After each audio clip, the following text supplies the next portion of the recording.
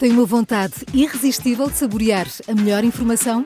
Dos artigos de opinião até ao acesso antecipado aos Podcast Plus e muitas mais vantagens em ser assinante Observador. Desfrute de tudo como se fosse a última dentada.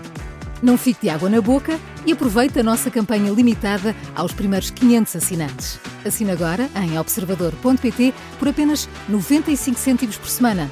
É o preço de um pastel de nata.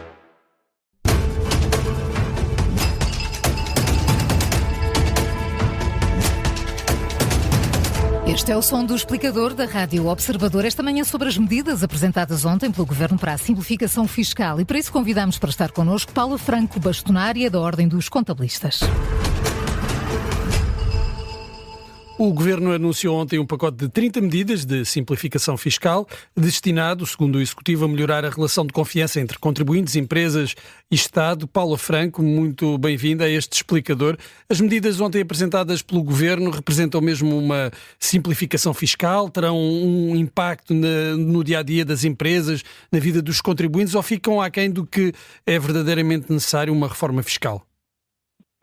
Bom dia, obrigada pelo convite também para estar aqui.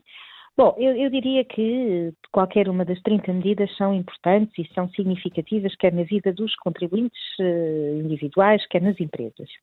Mas não posso deixar de dizer que aqui o que temos ainda são medidas que ainda não estão concretizadas e, portanto, só na sua concretização é que vamos ter certeza daquilo que vai aparecer na lei e qual vai ser o alcance de cada uma destas simplificações, porque ainda são muito vagas naquilo que foi divulgado. Algumas são mais claras, outras são vagas. E, por exemplo, destacaria aqui três medidas para os recibos verdes que eu acho que são impactantes. Não sei quando vão entrar em vigor, porque uma das coisas também que este pacote traz não diz qual é a previsão de quando é que vão efetivar estas medidas e, portanto, aí acabamos por ficar, sabe, um bocadinho a pouco, porque temos estas medidas que poderiam ter ido muito mais além, poderiam ter sido outras, mas são estas e, efetivamente, se elas todas forem entrarem em vigor e realmente simplificarem a vida, vão ser importantes. Agora, aqui a questão é que ainda não sabemos quando é que vão ser. E, portanto, primeiro destacaria aqui as tais três que eu acho emblemáticas para os recibos verdes, que é aquele cidadão, muitas vezes, particular, que faz umas atividades, um freelancer, e que tem menos noções de fiscalidade e de todas estas questões fiscais e, portanto, tem mais dificuldade, e que se tentaram pôr aqui medidas para lhe simplificar a vida. Por exemplo, uma que eu acho que é muitíssimo relevante, que é a entrega do IVA, da declaração de IVA, quando não há operações cercais oficiosas, isto é, como não tem operações, a própria administração fiscal considera entrega oficiosamente por via do IVA automático. Esta medida é muito importante porque, por exemplo, quem passa recibos verdes, tem muitas vezes alturas em que não passa recibos verdes, períodos, trimestres. E que tinha que entregar mesmo assim a declaração do IVA. E que tem que entregar. E quando falha na entrega, pois gera problemas, coimas, contraordenações, processos, que são depois muito difíceis de lidar e que quem tem inscrição ou quem já teve no passado a abertura da atividade da categoria B e se viu nestas situações, não é, sabe do que se está a falar, que é uma coisa realmente que causou aqui muitos problemas a muitos contribuintes ao longo destes últimos anos. E, portanto, esta parece-me uma medida muito boa para aquele contribuinte que tem uma categoria, esta categoria B, esta atividade, que não olha para ela como uma empresa, com o formalismo que uma empresa tem, e que de facto depois lhe escapa o cumprimento desta obrigação porque não está metido nos meios, nas obrigações, nos prazos. Mas não parece muito positiva. E entregar a zeros, de qualquer maneira, a declaração. E entregar a zeros. O problema é que se esquecem muitas vezes e não entregam. Claro. Mas não se poderia facilitar ainda mais a vida a estes contribuintes, automatizando de alguma forma todas as declarações, visto que todos os recibos são emitidos através do portal das finanças? Sim, e já está. Hoje em dia já existe uma declaração automática de IVA, só que se tem que ir lá, tem que se promover esse envio. E o problema, e esta simplificação que vai existir, é que isso continua, cada vez mais simplificado para este género de contribuintes que têm estas atividades com recibos verdes, categoria B, e, portanto, já está simplificada. Só que ainda se vai mais além, que é que naqueles períodos em que não tem operações, dispensar de ter que ir lá fazer. Dispensar não há uma dispensa, há uma declaração oficiosa por parte da autoridade tributária que substitui a necessidade do contribuinte ir lá. Portanto, esta parece muito positiva porque realmente acreditem que os esquecimentos durante estes últimos anos de milhares de contribuintes levou a problemas muito graves e, portanto, parece-me a mim que esta eu destacaria, se calhar, como das mais positivas. E tinha referido, Paula Franco, mais duas importantes claro, em relação aos recibos verdes. Em conjunto que são para os recibos verdes, que é, por exemplo, uma simplificação da declaração de início de atividade, apesar dela já ter alterado várias vezes nos últimos anos, ainda não é uma declaração amigável para um cidadão comum que não percebe, que não tem noção de fiscalidade, poder entregá-la com confiança. Portanto, aquilo que está previsto também é ainda mais uma simplificação nesta declaração de início de atividade, que me parece também bastante oportuno face à dificuldade que existe no cumprimento também desta obrigação. E depois uma terceira que fala, e esta é que não sabemos bem como é que vai ser operacionalizada, que fala sobre a possibilidade de quem tem estes recibos verdes, esta categoria B, no momento em que pede uma fatura, conseguir identificar se é para a atividade, se é para a sua esfera particular. E isso iria obrigar a uma mudança no próprio sistema de emissão das faturas?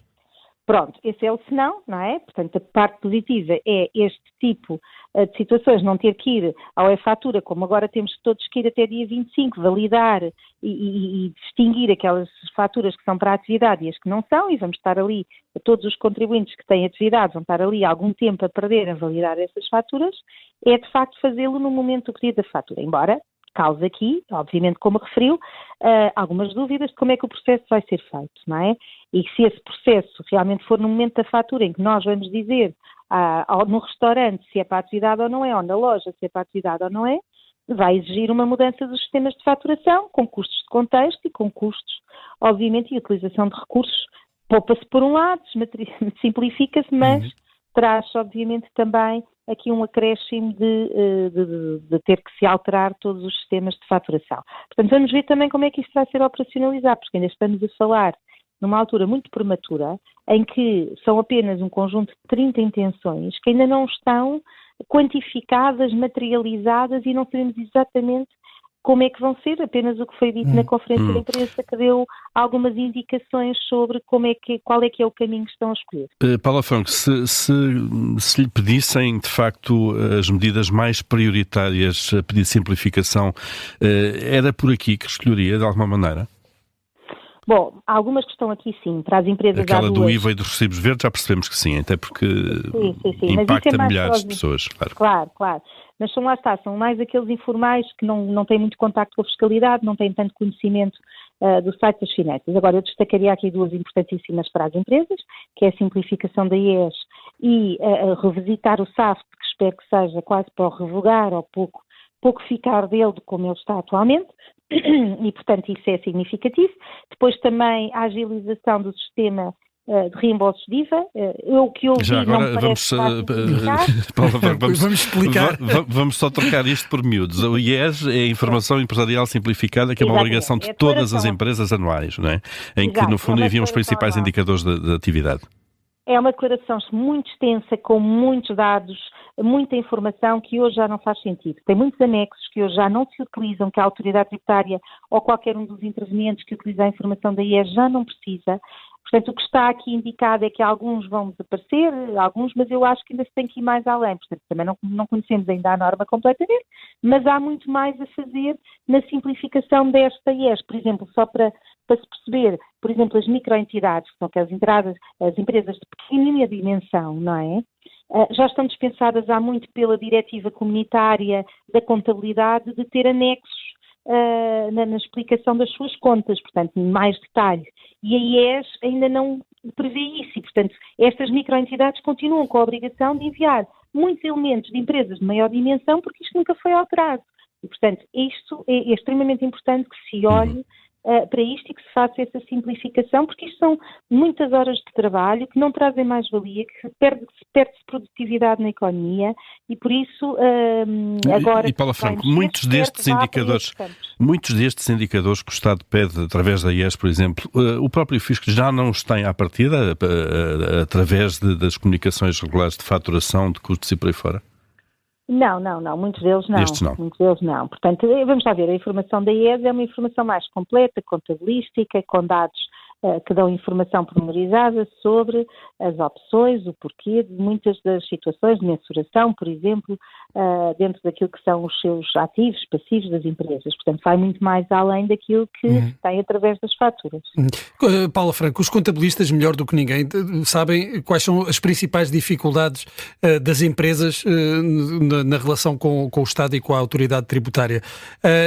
Os contabilistas são ouvidos, as empresas são ouvidas, foram ouvidos na preparação destas medidas que visam simplificar a vida das empresas. Claro, sim, fomos ouvidos, quer dizer, quer a Ordem dos Contabilistas Certificados, quer as associações empresariais foram ouvidas no âmbito da comissão que foi criada para esta simplificação.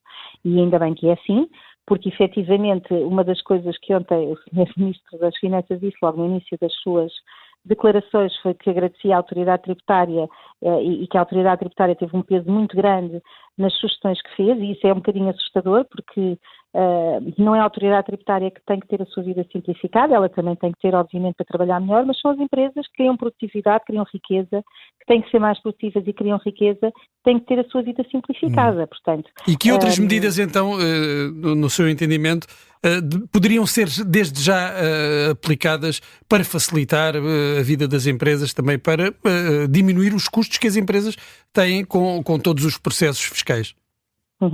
Bom, estas que são mencionadas aqui, espero que sejam o mais rapidamente possível implementadas e simplificadas, portanto já as que estão aqui, mas pode ser muito mais além, não é?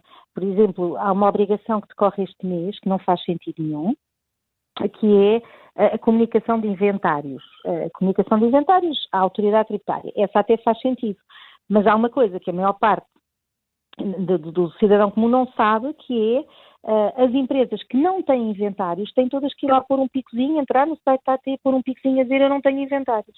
Portanto, o Fisco não assume que a não comunicação é a não existência de dados para colocar ali. Exatamente. Isto são milhares são muitas horas perdidas a fazer algo que não traz valor acrescentado a nenhuma das partes.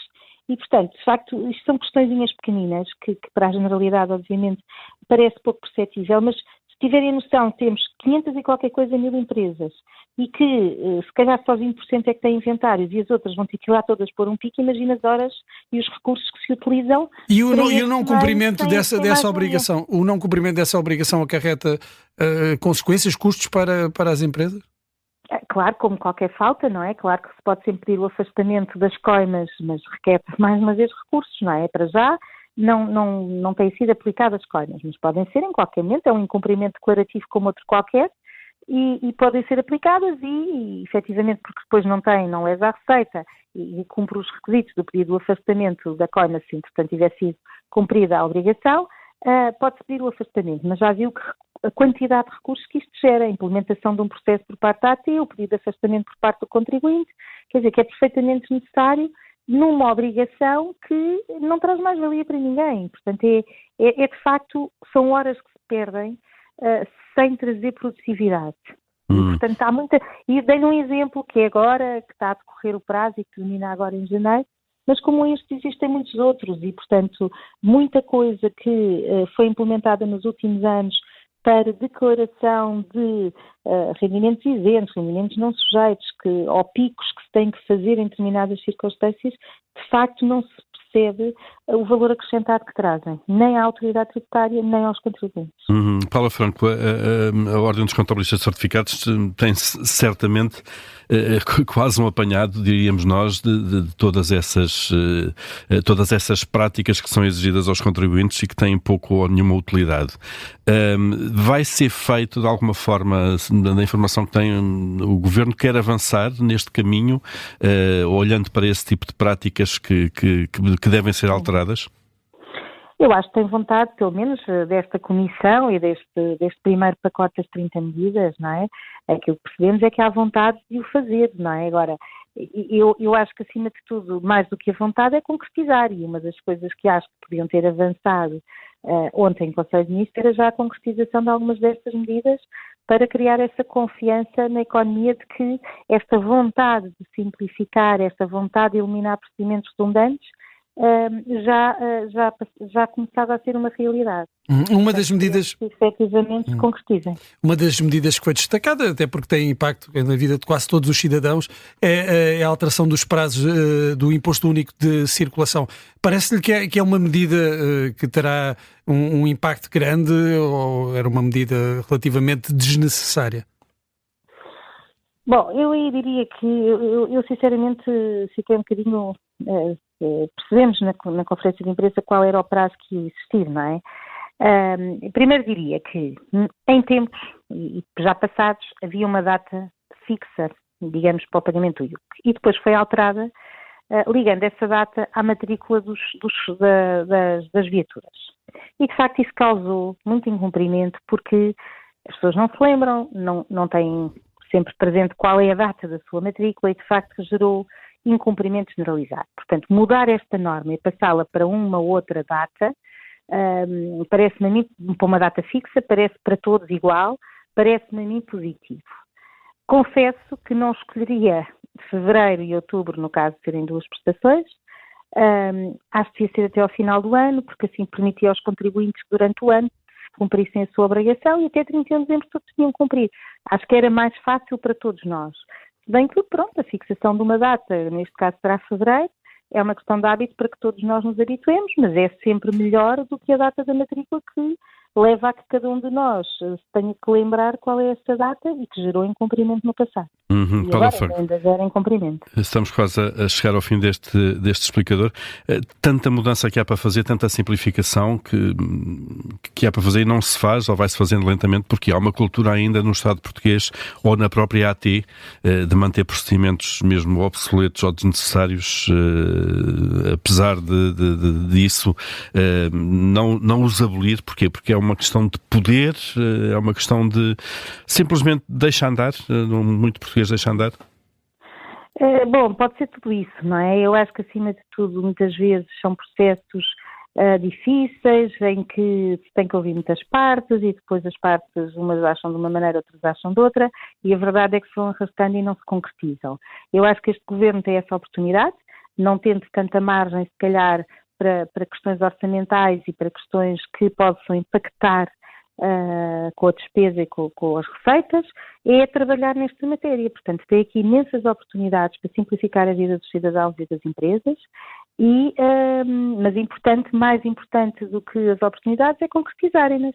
E por isso, aquilo que sabemos do passado, primeiro quando ouvimos falar em simplificação ficamos sempre um bocadinho assustados, porque nem sempre essa simplificação existe, apesar de ser normalmente apelidada desta maneira. Portanto, a concretização destas medidas é que nos vai fazer ver se efetivamente isto são verdadeiras simplificações ou não. E depois a rapidez com que as mesmas são implementadas. Dizer que se vai fazer sem se fazer ir arrastando, de facto não é bom para ninguém e acho que há uma oportunidade enorme de se fazer e espero que, ao contrário do que referiu e que é verdade que se arrastam e depois não se concretizam, que estas sejam para concretizar, estas e muitas mais que se podem implementar, que não têm grande impacto no orçamento, que é importante, não têm grande impacto político, mas que vão simplificar a vida das pessoas e das empresas. Portanto, esperemos que se ultrapassem todas essas questões que já assistimos muitas vezes, em que depois não se concretiza nada e que esta vez se concretizem. Muito bem, vamos ficar atentos e à espera então dessa concretização. Paula Franco, bastonária da Ordem dos Contabilistas Certificados, obrigado pela presença neste explicador. Bom dia, bom fim de semana. Obrigado.